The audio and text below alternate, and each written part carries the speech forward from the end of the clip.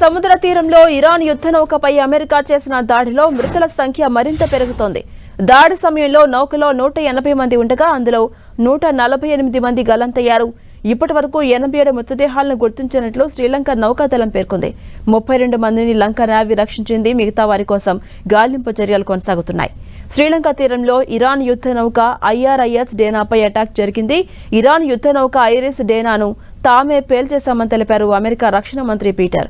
Submarine నుంచి torpedo ప్రయోగించి డేనాను ధ్వంసం చేసినట్టుగా స్పష్టం చేశారు. ఇరాన్ యుద్ధ నౌకను హిందూ మహాసముద్రంలో కలిపేశామన్నారు. అంతర్జాతీయ జలాల్లోనే దాడి చేసినట్టుగా చెప్పారు. ఇవాళ యుద్ధం ఖండాంతరాలు దాటింది. ఎర్ర సముద్రంలో చెలరేగిన యుద్ధ జ్వాలలు హిందూ మహాసముద్రాన్ని తాకాయి. ఇరాన్, ఇజ్రాయెల్, అమెరికా యుద్ధం శ్రీలంక సముద్ర తీరానికి చేరుకుంది.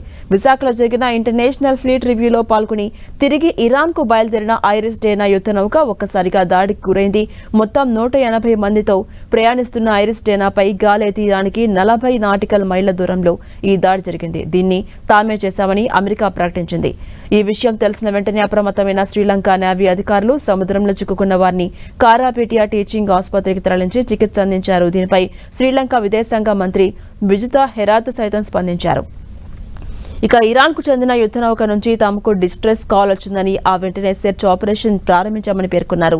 ఐరిస్ డేనా ప్రస్తుతం సముద్రంలో మునిగిపోయిందని స్పష్టం చేశారు శ్రీలంక విదేశాంగ మంత్రి హెరాత్.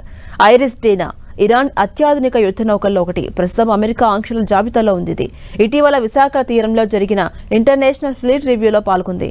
పశ్చిమాసియాలో ఉద్రిక్తలు కొనసాగుతున్న వేళ శ్రీలంక తీరంలో ఇరాన్ నౌకపై అమెరికా దాడి చేయడం సంచలనంగా మారింది.